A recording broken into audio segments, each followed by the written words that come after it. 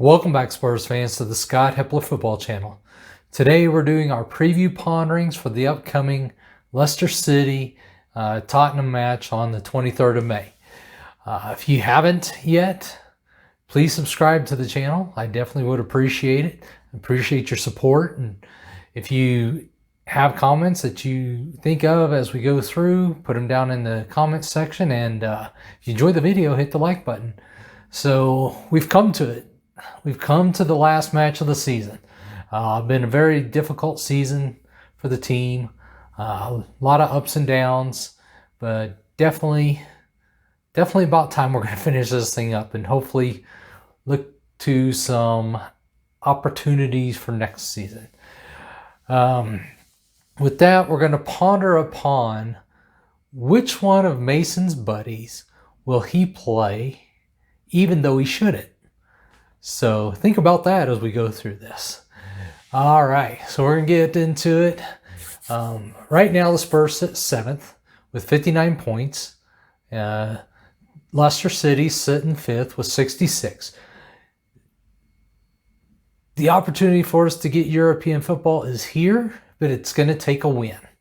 And whether that's Europa League or European Conference, don't know. But if we lose, we open the door for us to fall pretty far and outside of any kind of European competition for next season. So looking at Leicester City, one thing to note is Leicester have the most losses of any team in the top 5. They have 11. They have double-digit losses. So that's quite a few for a team that's in the top 5 and speaks to why they have fallen out of the top 4. Leicester City has the fewest draws of any team in the top 9. So what that kind of tells me is that they either win or they lose. So there's really not a lot of in between for them. So they're either going to win this one or they're going to lose. A draw is probably not going to happen here.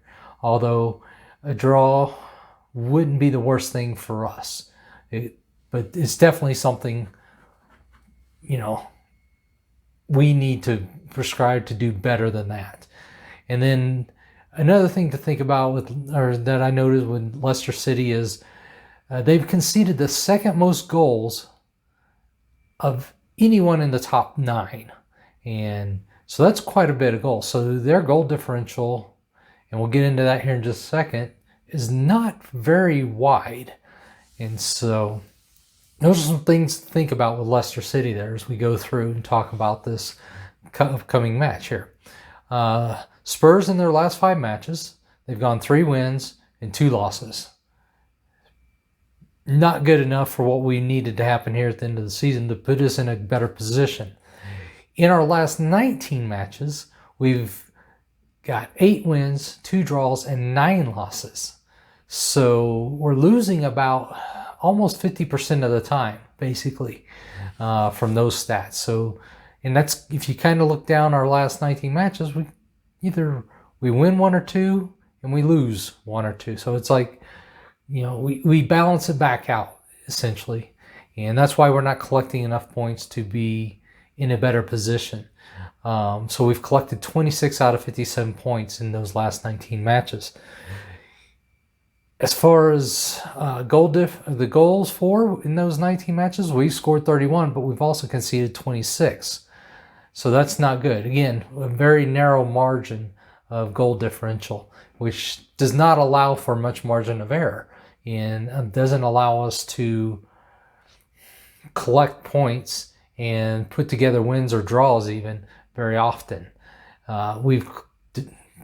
We've been able to put 6 shutouts together in those 19 matches, so about 30%. Nothing outstanding, but it's not terrible. It's not, it's bad enough, but it's not the worst. If you look at West Ham, gosh, they've only had 1 shutout in their last 10 or 12 matches, I think it is. So, it's not like that bad. So, it could be worse. But then when we look at Leicester City in their last 5 Premier League matches, they've gone 2 wins, 1 draw, 2 losses. So not that dissimilar from us. But when we look at their last 19 matches, they have 9 wins, 4 draws, and 6 losses. The real difference between what they've done in the last 19 and what we've done is they've just lost a lot fewer matches, or at least enough fewer that they're in a better position than we are. So where I said that we lose about 50% of our matches, almost 50, they're only losing about 30%. So that 20% gap is really the difference between us being where we are now in 7th and somewhere up around 4th or 5th. So that right there kind of tells the story. In their last 19 matches, they've collected 33 out of 57 points. So much better than us, than our 26. So, it's just what it is. And that's why we are where we're at. When you look at Leicester City's goals for, they've scored 20 goals for and allowed 18 against them. So their goal differential is even tighter than ours. So they don't, like I said, they don't give a lot of error there, margin of error, and they either win or lose. And I think it has a lot to do with that. Are they giving up goals or are they scoring goals? And that's what happens at least in the last 19 matches. They're either scoring goals and winning, or they're giving up goals and they're losing. And they've pitched 5 shutouts in the last 19 matches, which is 1 less than us. So they're not really any better at defense than we are, if you look at it like that. So if we take and look at the 5 last teams that Leicester's played against, Leicester City, and compare how we did against those same teams in our most recent matches.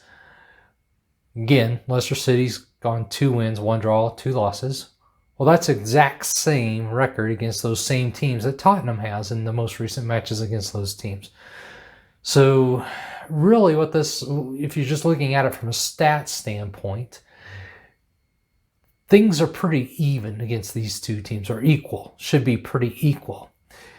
Where the things start to fall apart, I think, for Spurs, and where Leicester City has an advantage is, 1, the lineup, who's Mason going to play, and 2, they have a strong midfield compared to ours, in my opinion, and especially with the ones that Mason's been putting out there to play recently in the last 5-6 matches.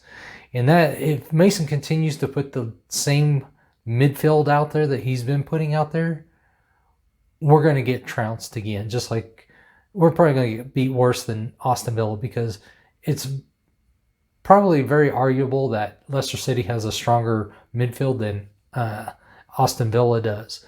So, and that's where we got just tore up against Aston Villa, was in the midfield. They just ran roughshod right over us. So looking at all this and thinking about what Mason's probably going to do and play all his buddies, I think we're going to be in some dire straits here. As far as injuries, I don't think Aurier is hurt. We didn't hear anything on the press conference, but I expect him to be back as an option. We have lost Jaffet. Also, Ben Davies is still out. So as far as us, we're missing Jaffet and Ben Davies. So the full complement should be available for Mason to throw into this match. Now, Leicester City, they're pretty well fully staffed now too. So there's really no excuse for either team not to put the strongest team out there. And when we're looking at it, I just really think that we don't have enough in the midfield to hold off Leicester City. And especially the way they've been playing. They recently beat Chelsea. I know they lost to Chelsea in their midweek match, but that's coming off of a big win for a cup final. Hey, they won a cup. We didn't.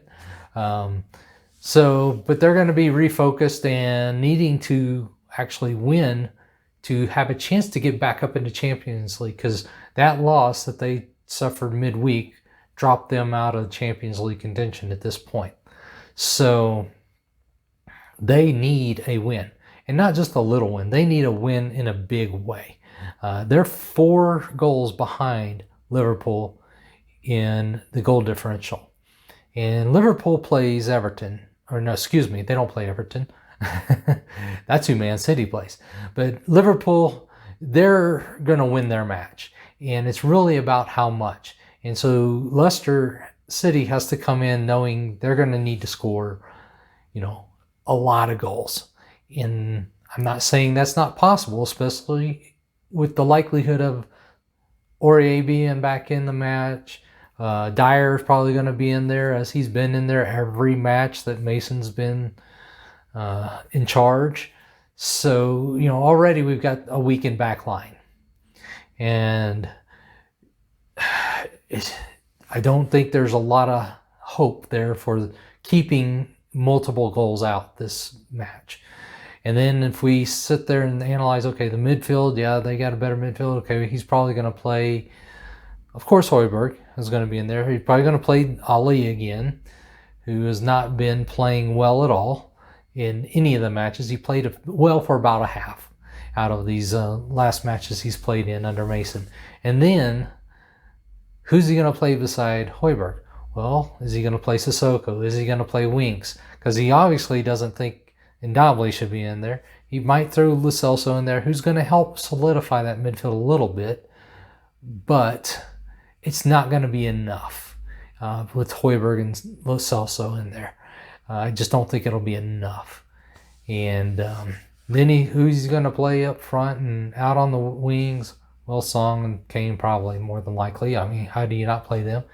But, if you stick Bell in there in a 4-2-3-1, he's not going to track back. So Aurier doesn't get back half the time. So now our whole right side of our formation's all up front, and just they can blow right through it. And they are a team that can take advantage of those gaps and those spaces. They've got enough pace and quality that they can do that. And I think whether Bell plays or not, if we're in a 4-2-3-1 and Aurier's on the right side, we're in trouble right out the gate. So I think we're going to be set up to fail, is my expectation here with Ryan Mason and the team. So, which leads us to what's really going to happen. I personally think we're going to lose. I'm sure you probably gathered that already by the way I've been talking, but I think it's going to be at least a 3-1 loss. I think we might pinch a goal, maybe early, but if we don't get 2 or 3 goals in the first 20 minutes, I don't think we're getting more than 1 goal. Because I think they're going to settle in and they're going to be all over us pretty early and often. And I think it's going to be 3-1. I think it could get even worse depending on the setup that Mason puts out there. And the subs that he brings in, because I'm not been excited about the way he's managed the team in game either.